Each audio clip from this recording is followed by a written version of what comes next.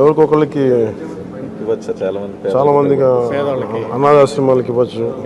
చాలా నా రిక్వెస్ట్ కూడా అందరికీ చాలామంది విగ్రహాలు శాల్వాస్ ఇవన్నీ తీసుకొస్తూ ఉన్నాను.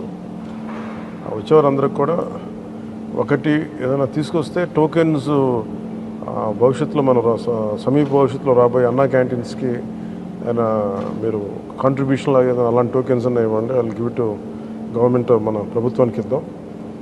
అలాగే మీకు ఏదైనా పర్సనల్గా ఇద్దాం అనుకుంటే ఇలాంటి ఏదైనా ఇవ్వగలిగితే అది నేను అనాథాశ్రమాలకు పంపిస్తాను.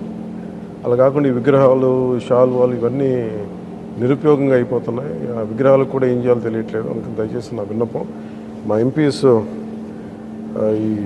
ఇది స్టార్ట్ చేశారు, ఇనిషియేట్ చేశారు. ఇట్లా మనస్ఫూర్తిగా వారి స్ఫూర్తిని తీసుకొని అందరిని దయచేసి కూరగాయలు ఇవ్వమని కాదు కానీ ఫ్లవర్ బుకేస్తో మనీ వేస్ట్ చేయొద్దు, విగ్రహాల కోసం ఇబ్బంది పడద్దు.